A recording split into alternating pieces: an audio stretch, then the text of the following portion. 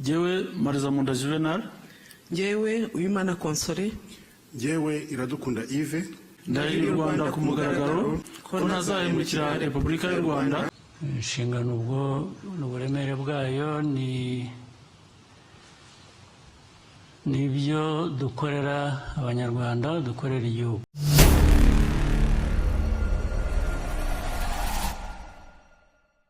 Murakoze.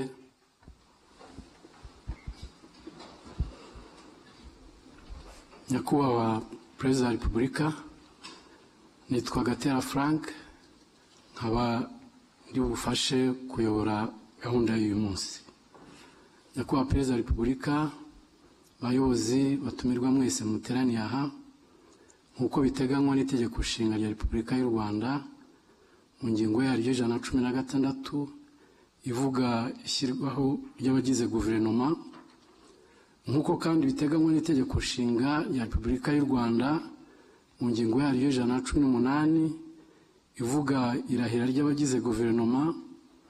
Hano hagiye kubera umuhango wo kwakira indahiro ya Minisitiri w'Ingabo, ya Minisitiri w'Uburinganire n'Iterambere ry'Umuryango, n'iy'Umunyamabanga wa Leta muri Minisiteri y'Ikoranabuhanga mu Itumanaho na Innovation.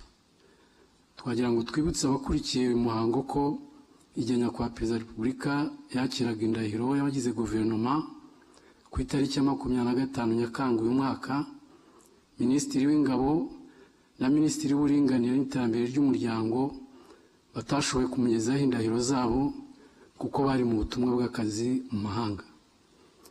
Twibutse kandi ko ku itariki ya 18 Nzeri uyu mwaka, Nyakubahwa Perezida wa Repubulika yashyize Bwana Iradukunda Yves mu mwanya w'umunyamabanga wa Leta muri Minisiteri y'Ikoranabuhanga mu Itumanaho na Innovation.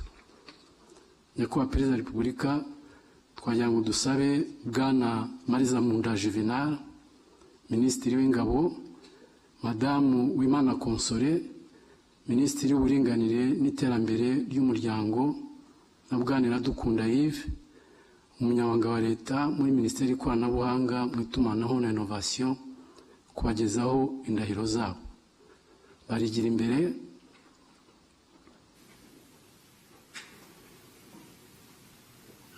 Bafate ibendera rya Repubulika y'u Rwanda n'ikiganza cy'ibumoso, bazamure ukuboko kw'iburyo bavuge indahiro. Jewe Marizamunda Juvenal. Jewe Uwimana Console. Jewe Iradukunda Yves. Ndahiriye u Rwanda ku mugaragaro. Ndahiriye u Rwanda ku mugaragaro ko ntazahemukira Repubulika y'u Rwanda. ko ntazahemukira Repubulika y'u Rwanda. Ko nzubahiriza itegeko nshinga n'andi mategeko. Ko nzubahiriza itegeko nshinga n'andi mategeko. Ko nzaharanira uburenganzira bwa muntu n'ibyagira abanyarwanda bose akamaro. Ko nzaharanira uburenganzira bwa muntu n'ibyagira abanyarwanda bose akamaro. Ko nzaharanira ubumwe bw'abanyarwanda. Ko nzaharanira ubumwe bw'abanyarwanda. Ko nzakorana umurava imirimo nshinzwe. Ko nzakorana umurava imirimo nshinzwe. Ko ntazakoresha ububasha mpawe mu nyungu zanjye bwite. Ko ntazakoresha ububasha mpawe mu nyungu zanjye bwite. Nintatira iyi ndahiro nzabihanirwe n'amategeko. Nintatira iyi ndahiro nzabihanirwe n'amategeko. Imana ibifashemo. Imana ibifashemo. Murakoze.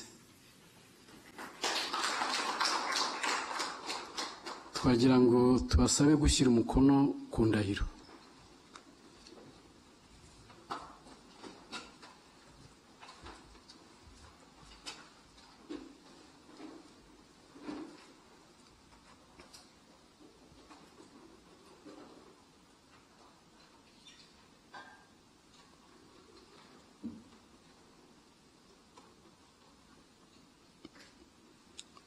Nyakubahwa Perezida wa Repubulika, nyuma yo kwakira indahiro y'abayobozi, mwageza ku bateraniye aha n'abakurikiye umuhango hirya no hino ijambo mwaduteganirije uyu munsi. Murakoze. Mwiriwe neza mwese. Reka mbanze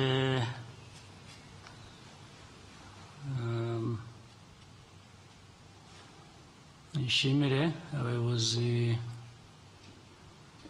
b'inzego nkuru z'igihugu cyacu bari hano bitabiriye umuhango, hanyuma nshimire n'abamaze kutugezaho indahiro. Ibyo kurahirira inshingano nk'izi ngizi abanyarwanda bajya mu nzego z'ubuyobozi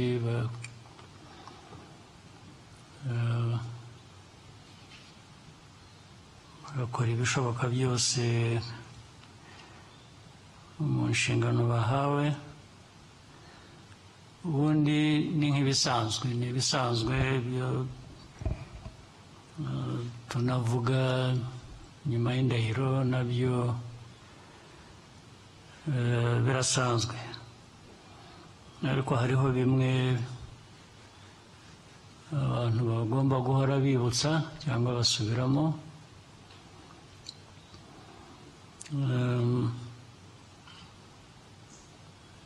Hari kuba ufite inshingano zikorwa neza ku mpamvu zitandukanye. Impamvu ya mbere, ugomba kuba wumva neza iyo nshingano n'uburemere bwayo. Inshingano ubwo n'uburemere bwayo ni ibyo dukorera abanyarwanda, dukorera igihugu. Ubwo natwe turimo, ariko ntabwo ari twe twikorera. Dukora kugira ngo tugeze byinshi ku bandi, ariko abandi iyo byagenze neza, iyo igihugu kigenda neza, ubwo nawe burimo.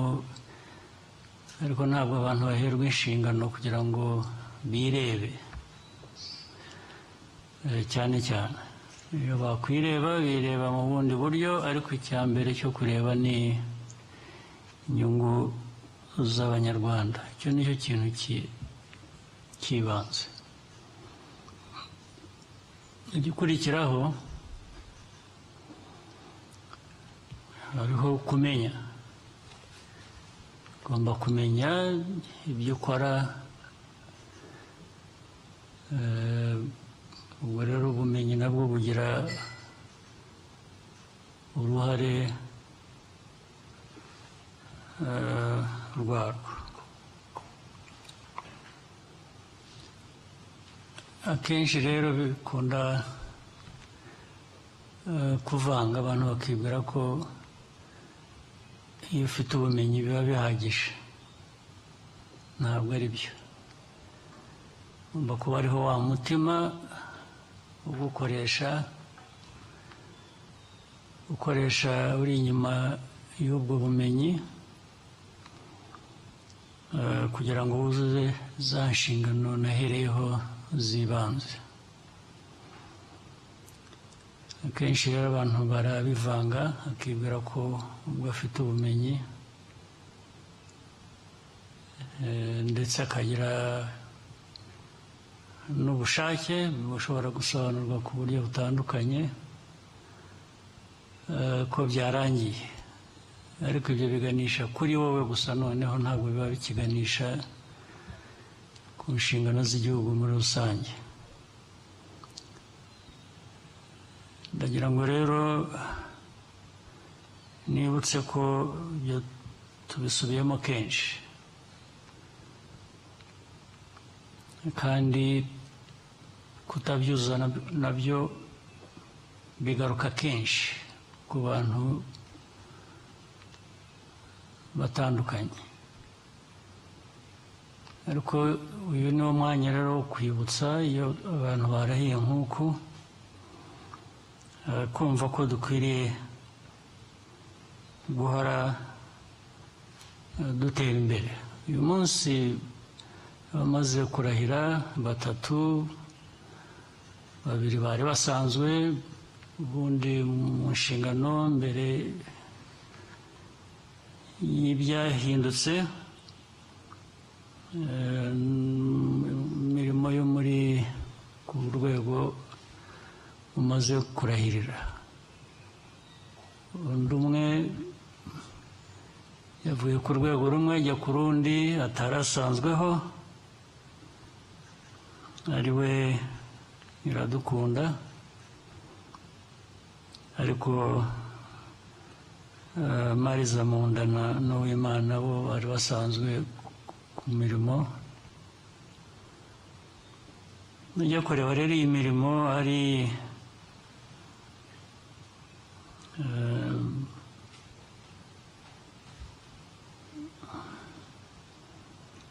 Minisiteri ya Defense, ari ya ICT, ari family na gender. Ibi urebye bisa naho bihuje ibintu byinshi cyane, ibyangombwa by'igihugu cyacu, ibyo kwirinda, ibyo koranabuhanga n'iby'umuryango n'ibindi. Nibyo bigize mu by'ukuri urebye ibyo dukora byinshi, hafi byose bishingiye kuri ibyo ngibyo bitatu. Rero nagira ngo nibutse bamaze kurahira, hari Mariza Munda, hari Uwimana, hari Iradukunda. Kurahira ntabwo ari umuhango gusa ugira utyo ugahita, ariko ntukurikirwe n'ibikorwa bijyana nawo. Icyo nicyo nasubiragamo, kandi ibindi nabisobanuye mbere by'ukuntu dushaka ko igihugu cyacu kimera. Aho kiva turahazi, aho kigeze turahazi, aho dushaka kujya turahazi. Ibyo rero buri rwego na buri gice cy'urwo rugendo turimo harimo amasomo menshi dukwiriye kuba twiga, kandi amakosa amwe dukora ntibakabe kuyasubiramo kenshi, kuko icyo gihugu inshingano ngira ngo ziba zatakaye. Ibi nanjye ndabivugira kugira ngo byumvikane, ariko bishingira ku byo tubona mu gihe cy'imyaka. Ubu ndabivuga ngira ngo n'abanyuze hano barahiye, nibwira ko nabo badukurikira nabo bongere babyumve. Ntabwo ari barahiye umunsi mbwira gusa. Mu busanzwe, mu mirimo, mu buzima, abantu bakora amakosa nk'abantu bigahita, ariko iyo usubiyemo amakosa amwe kenshi, icyo kiba cyabaye ikindi kibazo. Iba yabaye indwara igomba gushakirwa umuti mu buryo bumwe cyangwa ubundi. Ntabwo abantu baberaho gukora amakosa, ariko bakora amakosa. Ariko bakora amakosa bakayamenya, bakagira isomo bayavanamo, bakatera intambwe bagana imbere. Ntabwo ari iyo byabaye amakosa asubiramo, abantu basubiramo kenshi, ubwo biba byabaye ikindi kibazo. Biba byabaye bimwe twavugaga by'uko mu nshingano bafite baba bireba, bitekereza gusa kurusha ko bareba abanyarwanda cyangwa bareba igihugu. Nagira ngo rero ibyo ngibyo abantu bashobora kubyirinda, dukwiye kubyirinda, kubera ko tuzi inyungu zabyo ko zikwiriye kuba zigera ku banyarwanda bose. Nagira ngo rero mbashimire abamaze kurahira. Nizera ko ibyo byose mubyumva, ubu igisigaye ni ukurwana namwe n'icyaba kibarimo. Ndabibwira rwose benshi banyuze aha, ibibazo byinshi ntibituruka hanze, ibibazo nitwe biturukamo. Iyo utarwanya n'ikibazo kikurimo ngo gitsinde, bihora ari urujya n'uruza ku byo nahereyeho mvuga,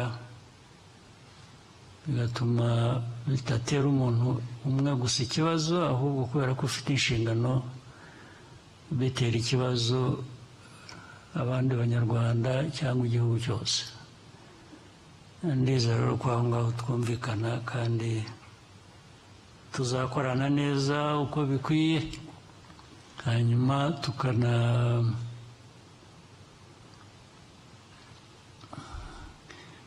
bikagaragara ko intambwe dutera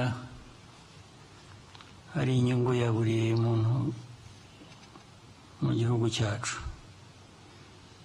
kandi tuzabafatanya namwe. Abantu bose, iyo abantu bakorana, buri umwe yagira uko atera undi inkunga, yagira uko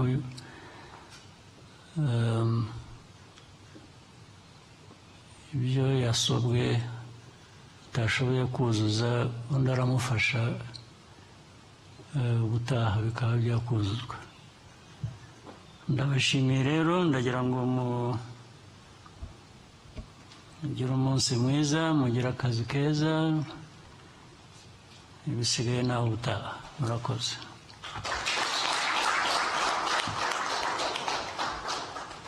Murakoze nyakubahwa Perezida wa Repubulika ku mpanuro muduhaye. Gahunda y'uyu munsi irasozwa n'ifoto y'urwibutso, twagira ngo dusabe protokole bidufashemo. Murakoze, mugire umunsi mwiza.